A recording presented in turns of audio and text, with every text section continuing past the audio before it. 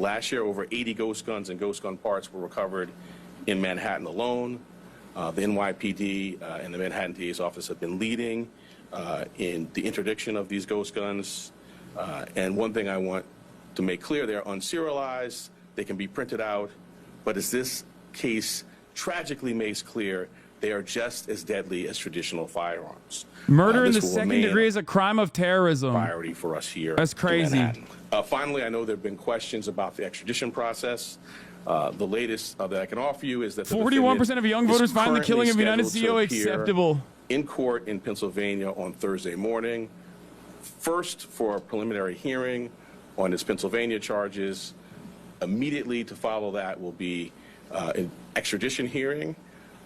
We have indications that the defendant may waive that hearing, in which case he'd be brought to New York forthwith.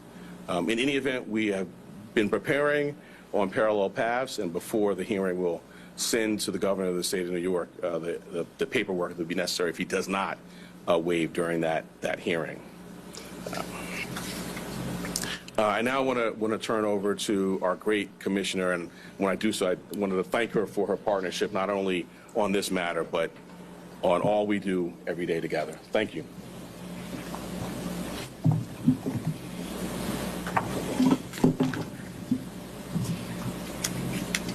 Good afternoon, everyone. The unsealing of today's indictment brings us one step closer to securing justice for Brian Thompson and his family and affirming the primacy of the rule of law in the city of New York. NYPD detectives worked tirelessly to piece this case together. And along the way, the Manhattan DA's office made sure we had every legal tool available to us. Boo. Whether quickly providing subpoenas to assist with our evidence collection, or traveling with us to Altoona, Pennsylvania last week after the apprehension, our partnership made this a successful investigation. So I'd like to thank District Attorney Bragg and his team for their work in bringing this case forward. Part of that work included the relentless collection and analysis of surveillance video by our detectives, which ultimately produced a clear image of our suspect. That image was shared far and wide through the media, and thanks to an observant McDonald's customer and the employee who alerted the police, Mr. Mangione was quickly brought into custody. What the? This is why we always emphasize the critical role of the public in our public safety mission. So again, I want to thank everyone who saw something, said something, and did something. That is why we have a suspect in custody today. Bro, someone should have told you something not to wear this jacket. God damn, that's ugly. And indicted for murder. And let me be perfectly clear. In the nearly 2 weeks since Mr. Thompson's killing, if you see something, say something. Girl, that jacket is not it. Celebration of cold-blooded murder. Social media has erupted with praise for this cowardly act. Oh, they're coming after all of us. People ghoulishly plastered posters threatening the other CEOs, with an X over Mr. Thompson's picture, as though he was some sort of a sick trophy. And yesterday, the New York Post reported that some extreme activists were circulating a deck of cards with other most wanted CEOs to be targeted for assassination. These are the threats of a lawless, violent mob who would trade in their own vigilantism for the rule of law that protects us all. Let me say this plainly. There is no heroism in what Mangione did. This was a senseless act of violence. It was a cold and calculated crime that stole a life and put New Yorkers at risk. We don't celebrate murders, and we don't lionize the killing of anyone. And any attempt to rationalize this is vile, reckless, and offensive to our deeply held principles of justice. Now, as we await the extradition process in Pennsylvania to complete, we continue our public safety work here at home. That includes our focus on the growing threat of ghost guns, one of which was used in this attack. The NYPD remains committed to tracking down and removing these untraceable weapons from our streets. And we will do that work hand in hand with District Attorney Bragg here in Manhattan and in every other borough to ensure that those who possess, distribute, and use these weapons are held fully accountable.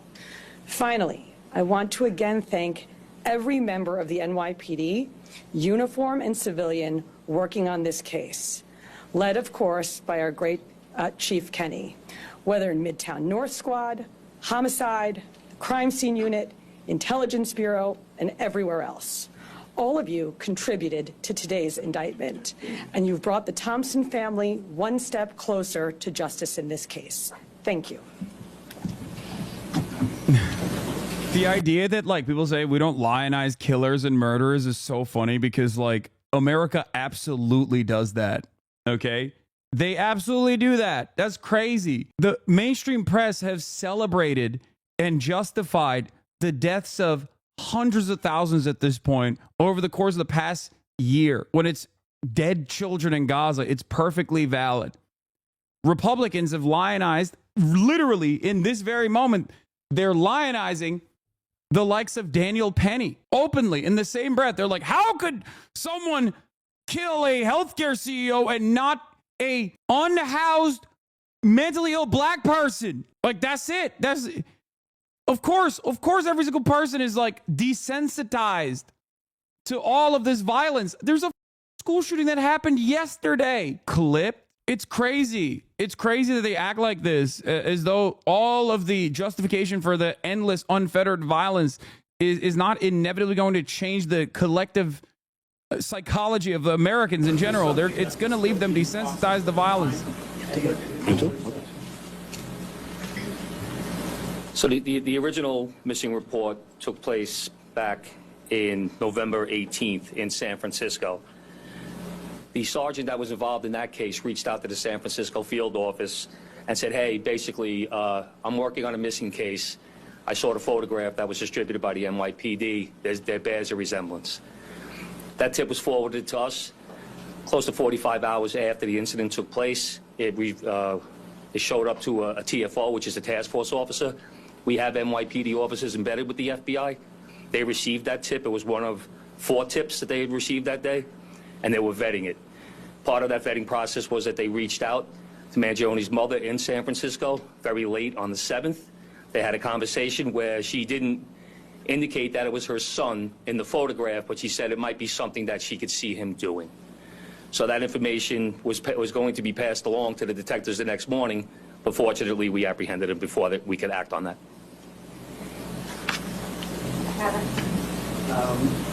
The commissioner has talked about how the defendant's been lionized and celebrated. I'm wondering how concerned you are about. Yeah, how are we gonna start punishing the people who are upset about healthcare? Can we start arresting people who are upset about their healthcare? Concerns, which I think were put forth beautifully. I mean, we see a lot in these jobs. I meet with the families of homicide victims, and I just can't wrap my head around the notion that someone is celebrating this. To your specific question, you know, we're at the beginning of a litigation now with our charge. We have a phenomenal trial team in place, led by ADA Joel Seidman, who has been in this office for more than 40 years and handled some very challenging matters. We have a voir dire process in place. I have faith in our jury system to select 12 people who can be fair and impartial, but we'll move forward, and that's something well down the road, but we'll be ready when that time comes. 2 questions, if possible. One will be about Mr. Thompson's family. But the first, I want just maybe to explain more to viewers how you come to the conclusion that this is an act of terrorism. I think it's an important part of this. And so I'm hoping maybe you can explain that a little more, just sort of define the statute here. Sure, and my point, I mean, the statute talks about attempts to influence or coerce a civilian population. The statute talks about intending to influence a policy of government, and it talks about seeking to put forth things sort of similar to that by murder.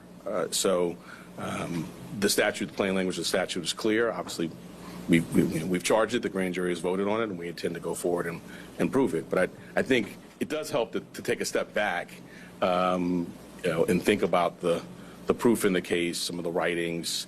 I'm not going to get into too much of that, but and the actual reaction.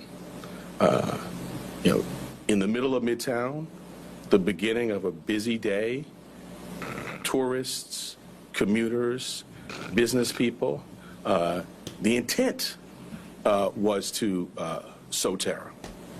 And if I could just I don't know about all that, man. Sadly, as you say, not a lot of focus has been given to Mr. Thompson or his family. I'm wondering if the services folks, any of the folks in your office, have been talking to them on what that's been like. Is anything you can say about that?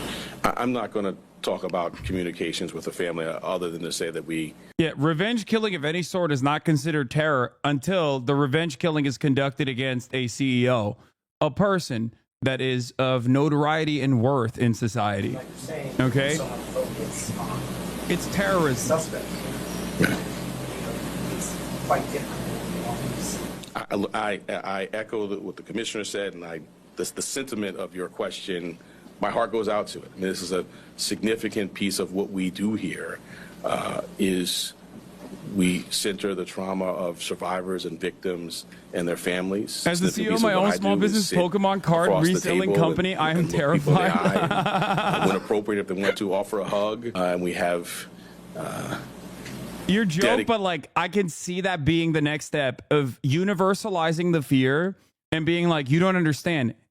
Who amongst us isn't a CEO in their own way? You know what I mean? Like trying to make it seem as though the mom and pop shop owner in your local neighborhood is a direct target of this kind of terrorism, just as the United Healthcare CEO is. Like, you have to understand, it's the same. It's the same, actually. We're all CEOs. This is a nation of CEOs. We're all CEOs one way or another.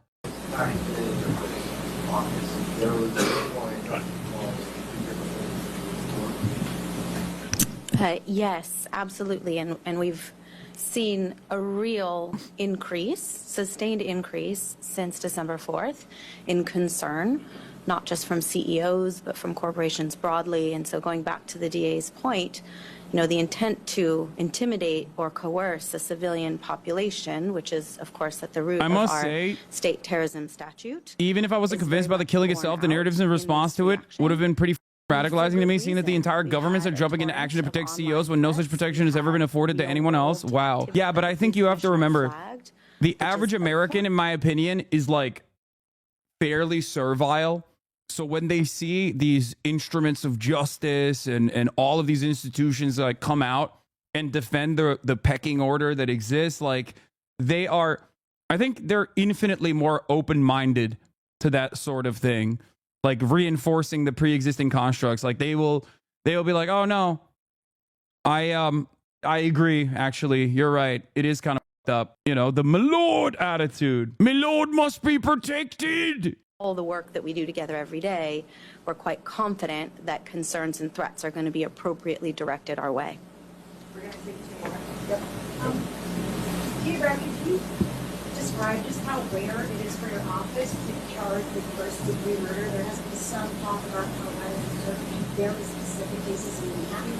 And also, if you could speak to the statements made on the record by the suspect that informed this timeline in particular, because needed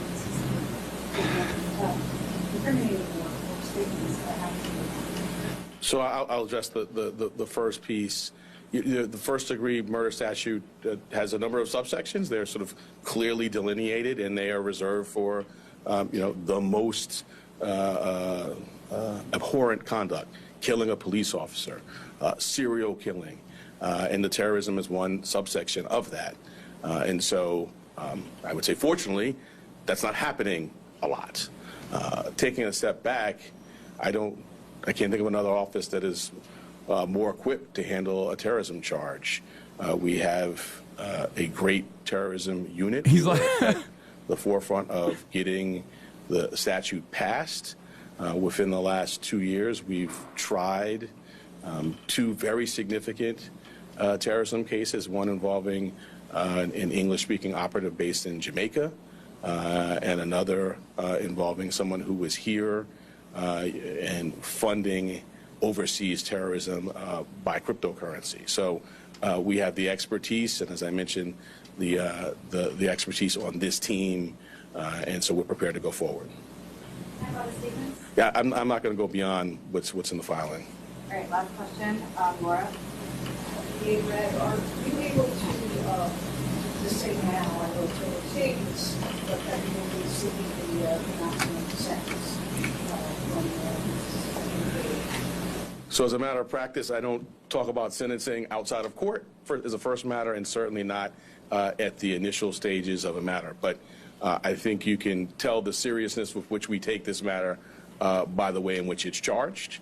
The murder in the second degree actually has a mandatory life without parole sentence, no discretion for the judge at all. So that's the maximum there. But I'm not going to go beyond that. We will first get the defendant to New York. Audio meetings because they have to open up the boom mic so that they can hear the random journalist and then go back to the individual mic. That's why it's bad. Equipped to do that, and then we will proceed to sentencing, at which point we'll make our arguments in court. Thank you all so much. Thank you, sir.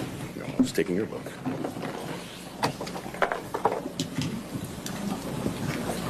Someone in the chat brought forward a really interesting point, but yeah. Manhattan District Attorney Alvin Bragg hates Luigi seemingly more than he hates Donald Trump, and his prosecution of Donald Trump got him an endless sea of death threats. That should tell you everything you need to know about those in positions of power under liberal capitalist democracy. Okay? He's just like, oh, I can't wait to get this scumbag, this terrorist scumbag off their streets. It's like...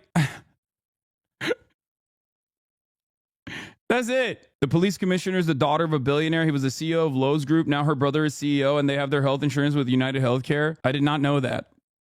But it's not shocking to me. He would be a terrorist if he had killed civilians, but he literally went out of his way to avoid harming civilians. Yeah, terrorism as a political designation has no real value system associated with it. It's just something that you declare specifically to vilify whoever you're prosecuting. That's why Nelson Mandela was considered a terrorist until 2008. He was on the terror watch list until 2008. It just means that you're outside of you're against the preordained hierarchies that the state wants to justify, that the state wants to uphold. There's a reason why you rarely ever see that designation for white supremacists. Okay? If you want to have like a universal approach to it, I think the best possible universal approach to it would be people who go out of their way to create a sense of panic upon the public for political purpose or not, by directly targeting majority civilians. Okay, like that is what the universal application of that would be, which would put America as the top terrorist on the planet. Israel would be a massive terrorist. Russia would be a terrorist as well. All these states would be considered, most states would be considered terrorist. So it doesn't really make sense that way, which is why there is no real universal application for it. And rather, you have these applications on non-state actors usually, right? If you strap a suicide vest onto your body and blow up a hospital, you're understandably called a terrorist. If you blow up that hospital with a drone strike, you're called Barack Hussein Obama, recipient of a Nobel Peace Prize. Do you understand the difference there? Bro, they are going to ban you. What are you guys saying? I'm talking about, what am I not supposed to talk about? Like the designation of terrorism? Like, what are we doing here? This is like, people always turn around and they're like, oh, dude, free speech, whatever. And it's like, of course you insult the black president, lol. Wait, what? You hate Kamala more than you hate Trump, and that tells me everything I need to know about you? Oh, like you, another rich kid cosplaying as a leftist? Don't talk about Nelson Mandela. His name shouldn't come out of your mouth. Are you okay? All right, you know what? I got it. Chatter. Woke of the Day award goes to Trey Jocelyn Runnels. Congratulations, Chatter. You are the woke of the day. Of course, you insult the black president. Yeah. Yeah, my criticisms of Barack Obama have nothing to do with him being black. I don't know how you can't factor that in. Well, how did blackness factor into him bombing Kunduz Hospital? You think? You think that was a prominent factor? You think that had anything to do with my criticisms of Barack Obama? Do you have an answer to this, or are you just here to cry? You're just citing critical terrorism studies, to be honest. This is an entire field of study. No reason to ban you or anything. People should start reading more. I know, but like, it doesn't really matter. What happened? Why'd these guys stop talking?